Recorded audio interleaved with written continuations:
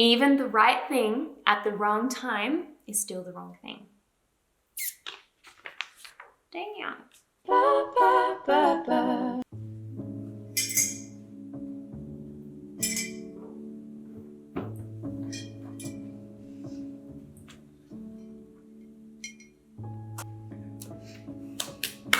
Okay, hello, welcome. Today I wanted to do a video that was a little bit different.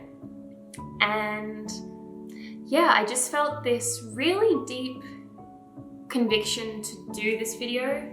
It's not something that comes naturally or comfortably to me because I'm letting you into my inner world a little bit. In front of me, I've got three identical journals, and these represent the years 2019, 2020, and 2021. Now, the last one is not finished, although I will say I am mostly through it. In these journals are my most private thoughts, my most important thoughts, quotes I've collected, ideas I've stored, revelations I've experienced, prayers, all kinds. And today I wanted to share some of that with you. The reason I'm doing this is because I saw a quote this week that was along the lines of saying that it is the stories that we collect as a person and the way that we analyze and interpret the past that really determines the value that we can bring to other people and the identity that we have. And I think that's so incredibly true because it's not until you actually look back over what you've been through, you've processed it, you've understood some of the whys and the hows, those deeper questions of your experiences, that you really learn about who you are. And when you know who you are, then you can actually help other people maybe 5 years behind you who are struggling with the same things. So today I'm gonna try and help someone. I don't know who, and I don't know what will resonate with you, but I know there's a lot of good stuff in here, at least stuff that really helped me. But what I'm gonna do is I'm just gonna flip through these journals and stop when I see a page. I'll read it out to you, show you what it looks like, and we'll go from there, I guess. Here's a good one. It's okay to fall back into previous stages of grief. 2019. Now, some context for this year. The first time I really started journaling properly was straight after a pretty serious breakup I went through in early 2019. So some of this stuff in here is quite emotional, and it really reflects through the amount of writing I did at the time. It was just really dense and heavy, a lot of prayers, a lot of identity crisis, because when you've been dating someone for 3 or 4 years of your life, which I was at the time, or longer or shorter, obviously your identity gets caught up in that, and you're just trying to detangle all of those parts of yourself and figure out who you are again. I think we often think of grief as this process. What is it? You've got denial, anger, resentment, sadness, all of those. I can't remember the exact order, but it's not always, in fact, most of the time, it's not a linear order. It changes and you regress and then you make progress. And so when you're getting over a breakup or when you're getting over some kind of grief in your life, it's okay to wake up one day and be like, damn, I feel like I'm 2 months ago stuck in my grief again. Something's triggered something. That's okay. That's okay. Just because you feel like you're going backwards doesn't mean that you are, because moving on is a choice, not an emotional thing.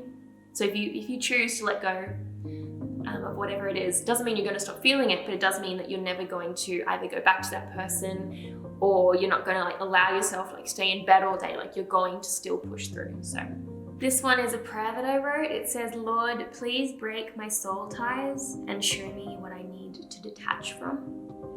If you're going through a breakup, one of the best pieces of advice that I can give you is to pray that God will break the soul ties that you have with that person, because there's just so many little things that you will have in common with them, experiences that you shared with them, parts of your identity that are completely enveloped by them. So being able to identify those trigger points, the things that remind you of them, and asking God to consciously break that tie to give you that thing back as yours, to take back ownership of all of those things, was like probably the most powerful thing that I did. Yeah, that was really what changed everything. It just like flipped my mind switch, and suddenly I was in God's hands and I didn't belong to anyone but God at that point. This one's really good too. It says, it takes just as much energy to dwell on and beat yourself up about your past sins, your past regrets, your past demons, as it does to get into God's word and allow Him to fill you with His love.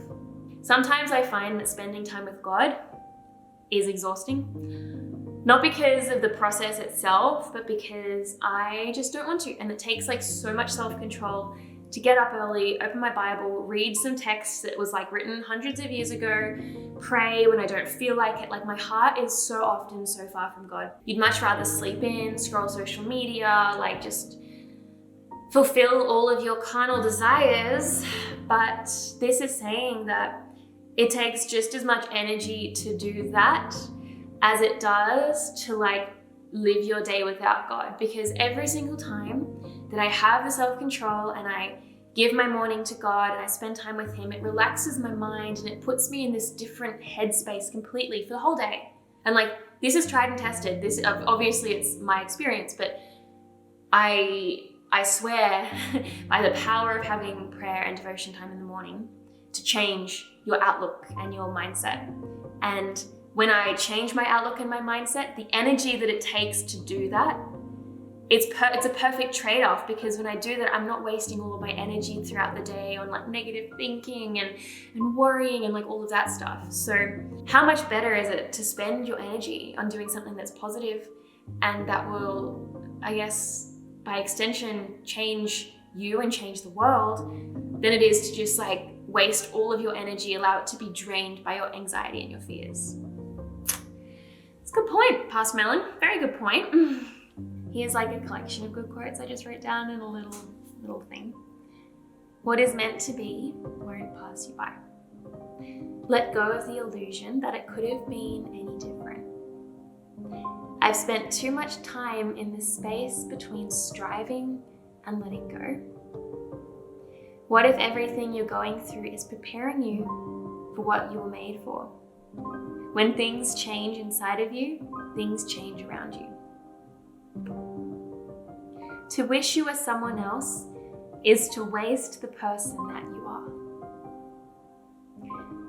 A person who truly values you would never put themselves in a position to lose you.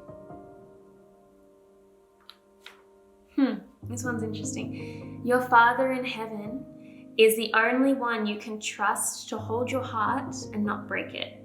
Don't give it away so easily. Intercessory prayer, take it seriously. Now that one is a challenge for me. I've recently started like putting a prayer, kind of a cupboard. I don't know if you've seen The War Room. It's a movie and it's about this woman who puts up post-it notes all throughout her cupboard and like prays over it constantly. And I don't have a cupboard, but I do have a door. So I'm planning, I've started doing that. So that is a very timely reminder for me. Even the right thing at the wrong time is still the wrong thing. Damn.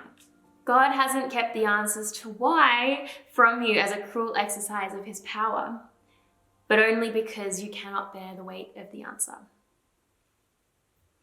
Perfection intimidates, compassion inspires. And in that, you will finally find the why. Why did this happen?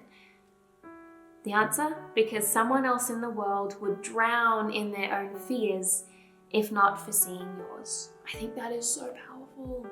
I guess that's really why I wanted to do this, because I wanted to show you that, hey, I've been through some stuff. If you've been through some stuff too, then maybe it can help you. I just feel quite convicted that as human beings, the greatest power that we hold is, I guess, twofold. A, it's the power to create, and the other power is the power to tell stories. And those concepts are obviously very interlinked, so they're almost one and the same. But one of my favorite concepts has always been that people remember stories 22 times better than just information alone. And you can Google it, it's a fact that's thrown around, but I'm pretty sure it is backed up by science. But 22 times is like a huge amount. And so if you want to be effective in your communication and effective in the impact you have on people's lives, you need to learn how to tell your story. It's important to enjoy every single stage of life and not to get so busy or distracted that you don't enjoy the blessings of every day. Live in the present. This one's good. You never lose in life. You either win or you learn. When we put too much pressure on a dream to come true, we allow it to become a distraction from the season that we're in. Your ministry is found where you've been broken. Your testimony is found where you've been restored. This resonates really deep because I was recently reflecting on my life and discovered that one of the very strong trends in my character, in my experiences, is one of anxiety. I'm have always been a very highly strung, socially anxious, ambitious sort of a person. I've always felt a little bit on the outer because when other girls or other people in general could just relax into relationships, feel comfortable around other people, I always just had a little bit of a barrier up, and I couldn't ever be totally vulnerable with people. And that was because I was so afraid that people wouldn't accept me, which is so ironic. It doesn't quite make sense. But I still struggle with this. Even to this day, I'm 25, I'm married, I'm an adult now, I'm not a teenager anymore, still struggling to figure out who they are. But in all of that, one of the things that I always did was just make myself really busy. And look, I'm still guilty of that. I still make myself very busy, but I'm no longer busy just because it's a distraction or an escape, because it used to be that I was busy because it would allow me to have excuses to not develop friendships quite as deeply, to not be accountable in relationships. I could just say, I've been so busy, I'm so sorry. Whereas these days when I am busy, I'm actually busy. It's not an escape, it's not an excuse, it's an actual state of being. But it wasn't always like that. And I'd often just fill my schedule up so I didn't ever have to be vulnerable with anyone. I could just skim the surface of my life. That's all to say that God has made, I believe he's making my ministry one of learning how to rest, because I've had to learn how to rest, how to wind down, how to just be in the present moment, to just exist, to enjoy the sun, to talk to you, to read my old journals. This is all very new for me and a little bit uncomfortable, to be honest, because right now I could be doing a million other things. But through all of that struggle and the insomnia and the anxiety and all of the stuff I've been through, I really have had to learn the true meaning of rest and God's definition of that, and how God intended that to be the apex, the purpose of existence, not the reward of burning out. Anyway, if you're interested in more, this is a bit of a shameless plug, but my ministry that I really want to cultivate is called Create Rest on Instagram. I'll link it below or somewhere here, I don't know. But yeah, whatever you're going through, whatever things that you have constantly struggled with throughout your life, someone who's 5 years younger than you could totally benefit from the things that you've learned about that, from the breakthroughs that you've had. So maybe that's what God's calling you to. Maybe that's something that you can pour your time and effort into and actually make a difference. Because not that I'm really making a difference yet, I've only just started and I've only just had this epiphany myself, but I do believe that I can help others with what I've learned. So maybe you're the same. Ooh, that's a nice picture. My goodness. I've also got a couple of other pictures back here. I'll show you. This one was one of my favorites.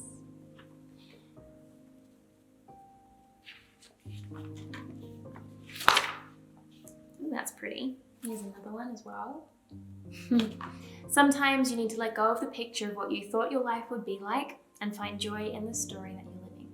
Satan's target is your mind, and his weapon is lies, so fill your mind with God's word. Anyway, I think that's pretty much all of the little messages that we got time for today. I only got through 2019. So if this video was helpful to you, if you liked it, if you liked the format, if it was interesting, let me know in the comments and I'll make one for last year and then one for this year as well. I think it could be a fun little series to do. Yeah, let me know how you take notes. If you like collecting quotes like me, it's my favorite thing. Or if there's some wisdom that you recently stumbled upon that you'd like to share with me, or something that you've learned about yourself just in general. I'd love to hear it. I love you all. Thank you so much for watching my videos, and just remember that God has a plan for you, and if you can't see that right now, that's okay, but He is preparing you, and this day is beautiful, even if you're not where you want to be. There's still beauty to be found in every single moment. So on that note, I'm going to make myself a cup of tea and sit in the sun for a bit because it's beautiful. Hope you have a great day and take some time for yourself. See you in the next video.